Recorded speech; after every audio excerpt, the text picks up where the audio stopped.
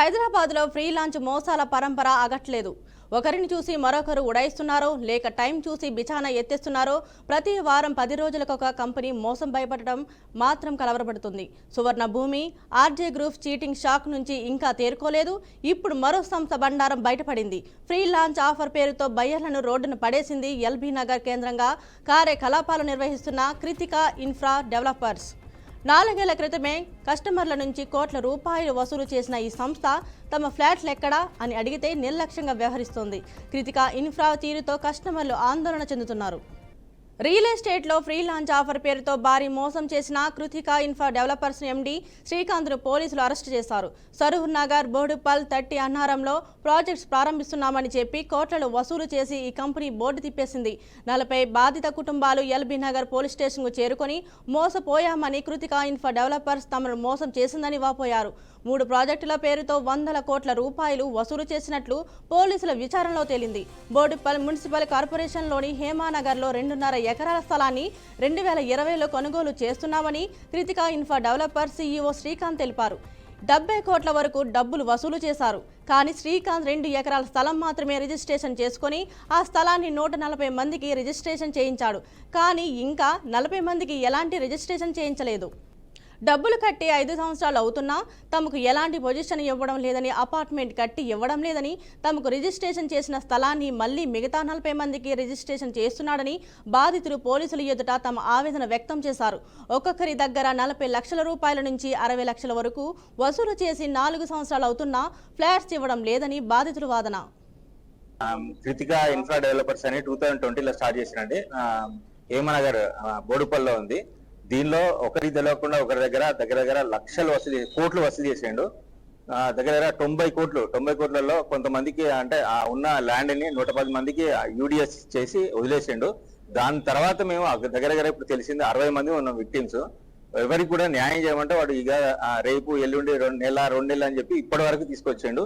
ఇన్ని సంవత్సరాలు అవుతుంది. ఫస్ట్ ఎఫ్ఐఆర్ వచ్చేసి సరూర్ నగర్ లో 2004 9th month 2004లో ఎఫ్ఐఆర్ అయింది. 24లో ఎఫ్ఐఆర్ అయింది. 25లో 8th month లో నుంచి స్టార్ట్ 5th month లో ఒక ఎఫ్ఐఆర్ అయింది ఎల్బీ నగర్ లో. తర్వాత చైతన్యపల్లిలో 2 ఎఫ్ఐఆర్లు అయినాయి. మేడిపల్లిలో ఒకటైంది. డిఫరెంట్ పిఎస్ లో నుంచి ఎఫ్ఐఆర్లు అయినాయి కానీ ఇంతవరకు అరెస్ట్ కాలేదు. Last Friday SOT Saroor Nagar వాళ్ళు అరెస్ట్ చేసి ఎల్బీ నగర్ పిఎస్ కి హ్యాండ్ ఓవర్ చేసిండ్రు. కొన్ని రిమాండ్ లో తీసుకున్నారు. వాళ్ళు విచారిస్తున్నారు. దాని గురించి మాట్లాడడానికి పిఎస్కి వచ్చాము. ఇప్పుడు కలిసిన నర్సయ్య గారు దాని గురించి మేము చేస్తున్నాము, మా ప్రయత్నం చేస్తున్నాము. మేము ఇంకా మిగతా వాళ్ళది కూడా చేస్తాము, తప్పకుండా చేస్తాము, మీకు న్యాయం అని చెప్పారు. ఎందుకంటే మిగతా వాళ్ళని ఎందుకు అరెస్ట్ చేయలేదని అడగడానికి వచ్చినాం. యాక్చువల్ గా మేము 60 మంది అండి. 60 మంది దగ్గర 20 కోట్లు దగ్గర 20 కోట్లు ఉన్నాయి 60 మందికి కలిపి. ఒక్కొక్కరి దగ్గర ఎమ్యూనిటీస్ కూడా రిజిస్ట్రేషన్ ఛార్జెస్ కూడా వసూలు చేసి ఇంటికి పోయి కూర్చొని వసూలు చేసుకొచ్చిండు. వీడు వీళ్ళ ఫాదరు, వీళ్ళ భార్య, ఇంకోది సుప్రియ అని ఉన్నది, అరుణ్ గాడు, డిఫరెంట్ ఎవరికి దొరికితే వాళ్ళంతా దండుకొని వచ్చిండు అనమాట. దాని గురించి న్యాయం గురించి మేము కొట్లాడుతున్నాం. అతని పేరు ధూమావత్ శ్రీకాంత్, ధూమావత్ గోపాల్ తండ్రి, భార్య పేరు రాధాబుక్య, తమ్ముడు శశికాంత్. వీళ్ళు 4 ఒకటే కుటుంబ సభ్యులు. తర్వాత పిల్లి సుప్రియ, వాడు సెకండ్ తెలియదు కానీ పిల్లి సుప్రియ. తర్వాత మహేందర్, అరుణ్, వీళ్ళంతా ఒకటే గ్రూప్. వీళ్ళందరూ కలిసి అందరి దగ్గరికి వెళ్ళి వసూలు చేసినాం బాబత్ అనమాట. దగ్గర 20 కోట్లు. ఈ ఆఫీస్ కూడా ఎల్బీ నగర్ లో 2 ఫ్లోర్ల ఆఫీస్ తీసుకొని డివిడెండ్, బ్రిటిష్ వాడు చేసినట్టు డివిడెండ్ రూల్ గా 3rd ఫ్లోర్ లో క్యాబిన్స్ కట్టి ఒకరికొకరికి అంటే మాట్లాడడానికి కూడా వీలు లేకుండా చేసి వాళ్ళ దగ్గర ఒకరిని కాపలా పెట్టి వీడు ఈ విధంగా ఫ్రాడ్ చేసిండు. ఇప్పుడైతే రిమైండ్ అయ్యిండు. మరి మాకు న్యాయం జరగాలనేది కొట్లాడుతున్నాం బాగా. ఇప్పటి వరకు ఇది జరిగిన విషయం. 2023 డిసెంబర్లో అట్లా పేమెంట్ చేశాను. సో మాకేం చెప్పాడంటే అక్కడ ల్యాండ్ చూపించాడు. ల్యాండ్ దగ్గరికి వెళ్ళాం హేమానగర్. చూస్తే అంత కన్స్ట్రక్షన్ డిగ్గింగ్ వర్క్ కూడా స్టార్ట్ అయింది. తను చెప్పారు 120 మెంబర్స్ అలా రిజిస్టర్ అయిపోయారంటే నెక్స్ట్ పైసా రిజిస్టర్ చేస్తామని చెప్పేసి వాళ్ళు చెప్పారు. ఆఫీస్కి వచ్చాము ఇక్కడ ఎల్బీ నగర్. సో మాకు ఇచ్చిన డాక్యుమెంట్స్ ఏం చూపించాడు, రేరా దగ్గర అప్లై చేసినట్టు అక్నాలజ్మెంట్ రిసిప్ట్, జిహెచ్ఎంసీలో అప్లై చేసినట్టు అక్నాలజ్మెంట్ రిసిప్ట్, బిల్డింగ్ పర్మిట్, ఇవన్నీ ఏంటంటే అప్లై చేసినట్టు చూపించారు. మేము ఎంక్వైరీ చేస్తే వాళ్ళకి ఖచ్చితంగా వస్తుంది అని చెప్పేసి ఎప్పుడైతే వాళ్ళు మనీ పే చేస్తారు. సో ఎంత పర్ఫెక్ట్ గానే ఉందని చెప్పేసి మేము లాయర్ కూడా చూపించుకున్నాం. వాళ్ళు కూడా అంత బాగానే ఉంది.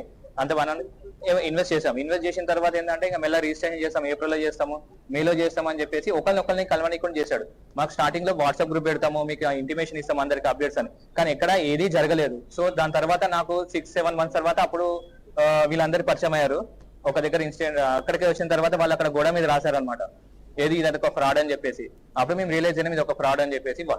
వాళ్ళ ఇంటికి ఇది ఇక్కడ నాగోల బండ్లగూడలో వాళ్ళ హిందూ అరణ్యలో విల్లాలో ఉంటున్నాడు. అక్కడికి అందరు వెళ్ళిన తర్వాత ధర్నా చేస్తే వాడు అక్కడి నుంచి అప్స్కాండ్ అవ్వడము, మధ్య మధ్యలో రావడము, మాకు చెప్పడము మీకు ఇస్తాను అది ఇస్తాను ఇది ఇస్తాను అట్రాక్ట్ చేయడము, మాటలతోని వాట్సాప్ లో చెప్పడం అని మా గ్రూప్ లో చెప్తున్నాడు.